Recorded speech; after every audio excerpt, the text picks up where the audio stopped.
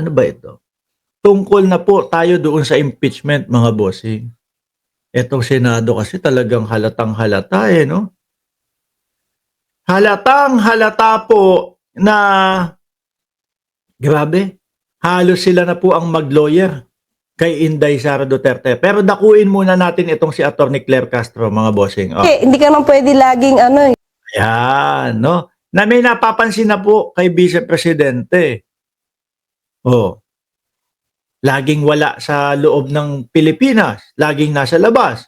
Sabi ni Liza Gon, Ma'am Forever, dapat bukas maaresto na sila. Sandali po, Nay. Sandali po, Madam.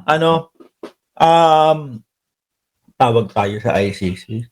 Paalala natin, kailan nyo ba kailan nyo ba lalabas yung warrant of arrest? Hindi. Madami na pong nag-aantay dyan, mga boss.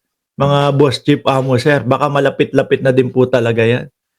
Lalo na po nung sinabi ni Bato de la Rosa na merong mga kapulisan ang kinakausap ng ICC at pinipilit ng ICC na tumestigo laban sa akin. Tingin ko meron po talagang mga kapulisan na. Pero ang tingin ko dyan, mga bossing, is baliktad. Yung mga pulis talaga ang lumapit sa ICC para para makipag-ugnayan na sa kanila. Sabi siguro nila sa sarili nila, kung si Duterte na-aresto, sino ba naman ako?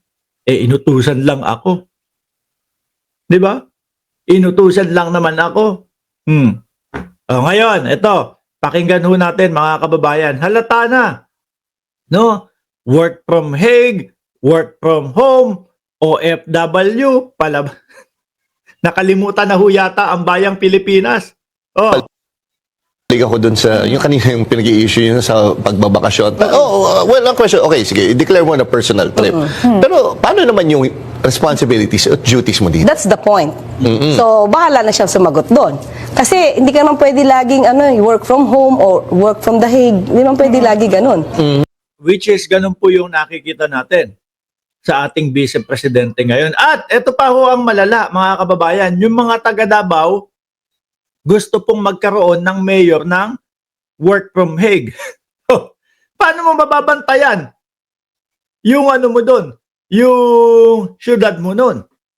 Di ba? Paano mo makikita mismo yung problema mo doon? Yung problema nung syudad mo mismo. Di ba? Airless, Stanley Boyco, 198 daw ang kanyang like.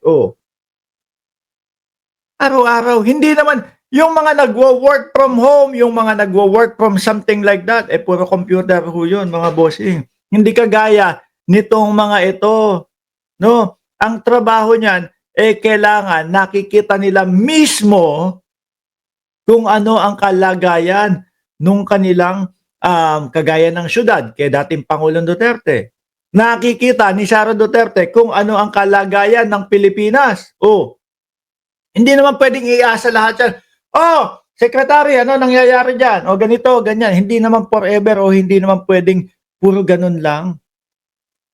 Kaya nga tayo minsan nagsasabi, kumukuha tayo ng iboboto natin na yung galing sa ganito kasi alam niya kung paano aksyonan yan. Yung galing sa labas o yung taong kalsada kasi alam niya kung ano yung mga nangyayari sa kalsada. Tapos yun, ano na nangyayari dyan sa Pilipinas? Okay pa ba dyan? No? Hindi na po. Hindi na po. Ano po ba gagawin natin?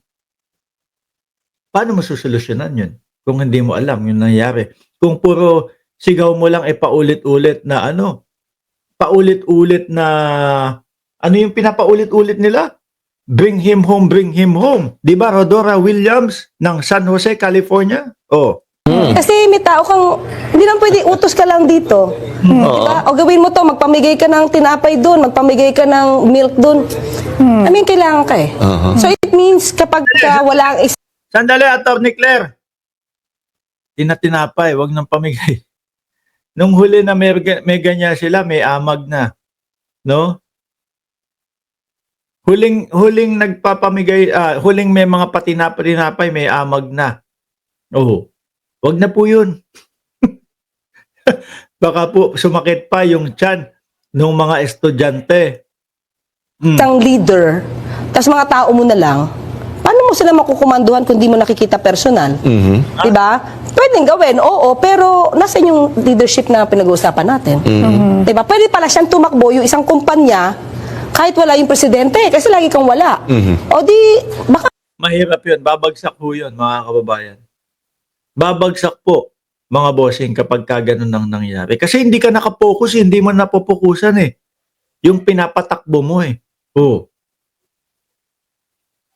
Hindi mo mapopokusan yung kung ano nangyayari doon sa pinapatakbo mo. Diba halata na yung mga kilusan nila? Pabalik-balik lang po. Tingin ko naman dyan, mga kababayan, maagang pangangampanya na yan. Kasi madaming kailangan ipaliwanag eh. No? Madaming kailangan ipaliwanag. Biruin mo, 2028. Oh, 3 taon na lang po yan. Pag ang posisyon na tatakbuhan mo, presidente, kulang na po yan. Lalo na, at marami kang kailangan ipaliwanag at ipaintindi doon sa iniisip ng tao sa iyo. Yung impeachment, eto na po, nagsalita na din. Yung prosecution, mga bossing. Oh. Than the Philippines. Dahil po, halata na din po yung mga senador natin sa pangunguna ni Chis Escudero na binabaliwala na po ang konstitusyon ng Pilipinas. Kumbaga, kung ano na lang ho, mga kababayan, yung trip nila na ibig sabihin nung konstitusyon, yun na lang po yun. Biruin mo, napakasimple ho. Sabi ng konstitusyon, shall forthwith. Di ba? Pag may 1/3 na boto na shall forthwith into trial. Pero nangyari po ba? Kakapiranggot po na salita yun. Napakadaling sundin. Pero, kung napapansin nyo po, yung nag-iisang salita na yun, pilit nilang iniiwasan. Ano? Pilit nilang ayaw ipaliwanag. Mayayari ho sila kapag ipinaliwanag nila yun, mga bossing. No? Kasi ang gusto nila, delay at dismiss. Ang gusto po mismo, nung nakasulat doon mismo sa konstitusyon ng Pilipinas, tuloy, agad-agad, mabilisan.